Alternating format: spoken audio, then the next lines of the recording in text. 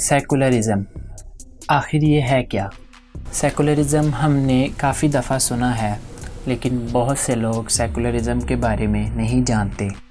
تو آئیں جانتے ہیں سیکولرزم کیا ہے۔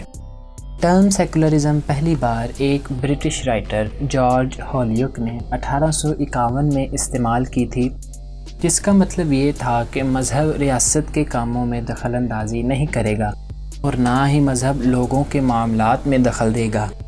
لیکن ہم دیکھتے ہیں کہ مغربی ممالک میں سیکولرزم کی تعریف کچھ اور ہے اور مسلم ممالک کے سیکولرزم کے بارے میں نظریات کچھ اور ہیں۔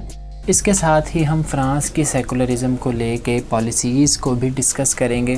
تو آئیں دیکھتے ہیں کہ ویسٹرن کنٹریز کس طرح سیکولرزم کو دیکھتی ہے۔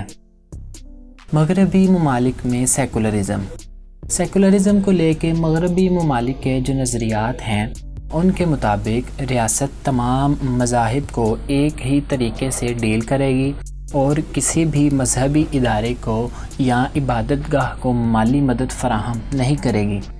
مغربی ممالک کے نظریات کے مطابق کسی بھی مذہب کو اپنے نظریات آزادانہ بیان کرنے کی اجازت نہیں ہوگی۔ کوئی بھی مذہب اپنے نظریات صرف اپنی عبادت گاہوں میں ہی بیان کر سکتے ہیں۔ فرانس میں سیکولرزم۔ اب بات کرتے ہیں فرانس کے سیکولرزم کی۔ 1905 میں فرانس نے ایک قانون پاس کیا جس کے مطابق کیتھولک چرچ کو فرانس ریپبلک سے علیحدہ کر دیا گیا اور مذہبی شخصیات کو ریاست کے معاملات میں دخل دینے سے روک دیا گیا۔ یہ ایک طریقہ تھا تاکہ لوگوں کو مذہبی آزادی دی جائے، یعنی فریڈم آف اسپیچ دی جائے۔ لیکن وقت گزرنے کے ساتھ ساتھ فرینچ گورنمنٹ نے سیکولرزم کا کوئی اور ہی مطلب نکال دیا۔ فرینچ گورنمنٹ نے ایسے اقدامات کیے جس سے لوگ مذہب سے دور ہو جائیں۔ آئیں فرانس کی کچھ پالیسیز کو ڈسکس کرتے ہیں۔ سرکاری اسکولوں میں مذہبی علامتوں پر پابندی۔ 3 مارچ 2004 میں فرینچ سینٹ نے ایک بل پاس کیا جس کے مطابق عیسائی اپنے کراسز استعمال نہیں کر سکتے، مسلمان لڑکیاں نقاب نہیں پہن سکتی، سکھ لوگ اپنے سروں پر پگڑیاں نہیں پہن سکتے اور یہودی اپنی اسکل کیپس کا استعمال نہیں کر سکتے۔ اس طرح کی پالیسیز نے فریڈم آف اسپیچ کے نام پر ماڈرن یعنی جدید سیکولرزم کی بنیاد رکھی، جس کا نتیجہ بالکل اچھا نہیں تھا۔ جدید سیکولرزم کے نتائج۔ نمبر 1، مسلم امہ اپنے پیارے پیغمبر حضرت محمد صلی اللہ علیہ وآلہ وسلم سے بے پناہ محبت کرتی ہے، اتنی کہ ان کی ناموس کی خاطر بہت سے لوگوں نے اپنی جانیں قربان کر دیں۔ لیکن یہ سب جانتے ہوئے بھی فرانس کی ایک میگزین شائع کرنے والی کمپنی چارلی ہیبڈو نے فریڈم آف اسپیچ کے نام پر نبی صلی اللہ علیہ وآلہ وسلم کے کارٹونز پبلش کیے، جس نے مسلمانوں کے جذبات کو بری طرح ہرٹ کیا۔ اس واقعے کے بعد 7 جنوری 2015 کو 2 الجیرین بھائیوں نے مل کر 2 دن تک چارلی ہیبڈو کے دفتر پر حملہ کیا۔ اس حادثے میں 12 لوگ مارے گئے اور 11 زخمی ہوئے۔ نمبر 2، لیکن فرانس میں یہ سلسلہ رکا نہیں۔ نومبر 2015 کو فرانس کے شہر پیرس میں جمعے کے دن حملوں کا ایک سلسلہ شروع ہوا، جس میں دہشت گرد تنظیموں کے 3 گروہ شامل تھے۔ ان میں سے ایک گروہ کا مقصد فرانس کے فٹ بال اسٹیڈیم میں حملہ کرنا تھا، لیکن اسٹیڈیم میں داخلہ نہ ملنے کی وجہ سے انہوں نے باہر ہی فائرنگ شروع کر دی۔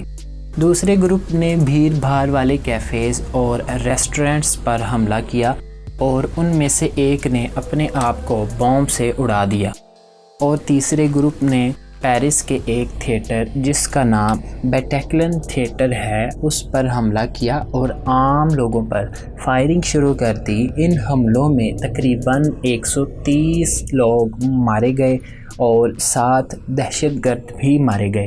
نمبر 3، 11 دسمبر 2018 میں ایک آدمی ایک ریوالور اور ایک چاقو کے ساتھ فرانس کے ایک شہر اسٹریسبرگ کی کرسمس مارکیٹ میں عام آدمی پر حملہ کر دیتا ہے، اور اس حملے میں 5 لوگ مارے جاتے ہیں اور 11 زخمی ہوتے ہیں۔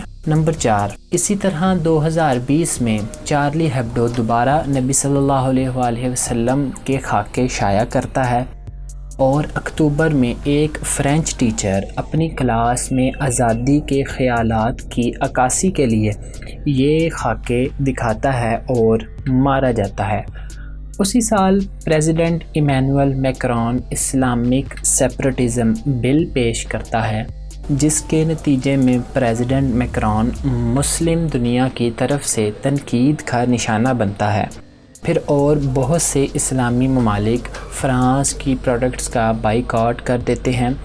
آئیں دیکھتے ہیں کہ یہ اسلامک سیپریٹزم لا میں آخر ایسا کیا تھا۔ اسلامک سیپریٹزم لا۔ نمبر 1، ہوم سکولنگ از بینڈ، یعنی ہوم سکولنگ پر پابندی۔ اس کا مطلب یہ تھا کہ لوگ اپنے بچوں کو اپنے گھروں میں نہیں پڑھا سکتے۔ اب آپ یہ سوچ رہے ہوں گے کہ لوگ اپنے گھروں میں اپنے بچوں کو آخر کیوں پڑھائیں گے؟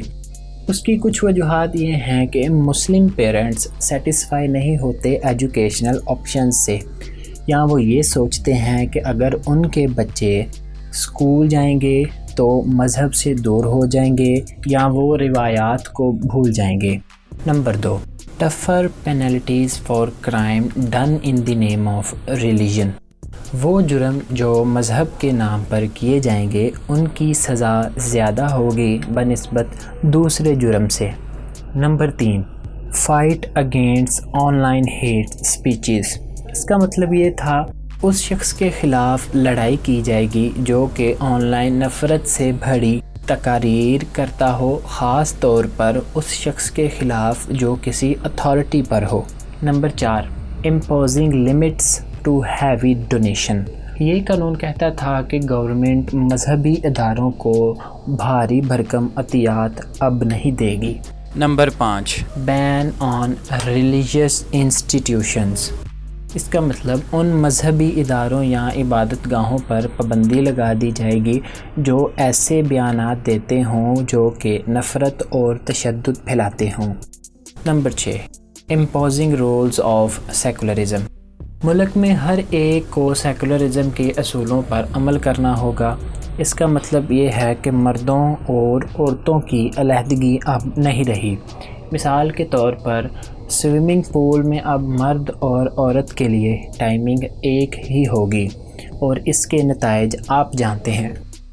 اس قانون نے فرانس کے مسلمانوں کو یہ سوچنے پر مجبور کر دیا کہ وہ کبھی بھی فرانس کے رہائشی نہیں ہو سکتے۔ گورنمنٹ نے بہت سی مسلم تنظیموں اور مساجد کو بند کر دیا جنہوں نے اس کی خلاف ورزی کی۔ نتیجتاً فرانس کے ماڈرن سیکولرزم نے مسلمانوں اور فرانس کی گورنمنٹ کے لیے بہت سے مسائل پیدا کیے۔ آئے بات کرتے ہیں اب مسلم ممالک میں سیکولرزم۔ مسلم کنٹریز خاص طور پر پاکستان میں سیکولرزم کو لے کر دو گروہ بن چکے ہیں۔ ایک تو وہ ہیں جو کہ اپنے آپ کو بالکل ہی مذہب کی تعلیمات سے دور کر چکے ہیں اور وہ نماز، روزہ، آخرت وغیرہ پر یقین ختم کر چکے ہیں، لیکن وہ یہ پسند نہیں کرتے کہ انہیں مسلمان تصور نہ کیا جائے، کہلاتے وہ مسلمان ہی ہیں۔ اور ایک طبقہ وہ ہے جو نماز، روزہ اور آخرت وغیرہ پر یقین رکھتا ہے، لیکن ان کے مطابق اسلامی ریاست کو سیکولر ہی ہونا چاہیے۔ لیکن آخر میں آپ کو یہ ضرور یاد دلانا چاہتا ہوں کہ پاکستان اسلام کے نام پر بنا ہے، اور اسلام ایک مکمل ضابطہ حیات دین ہے۔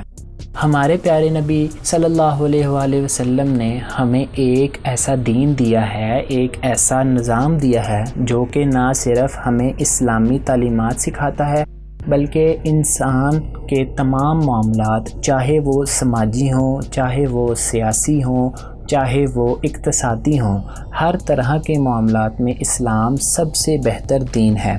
اور اگر ہم بحیثیت مسلمان ایک اسلامی ریاست بنانا چاہتے ہیں تو ہمیں اسلام کو ہی فالو کرنا ہوگا۔ آج کے لیے اتنا ہی، ملتے ہیں اگلی ویڈیو میں۔ اگر ویڈیو اچھی لگی ہو تو لائک کریں، چینل کو سبسکرائب کریں۔ Thanks for watching.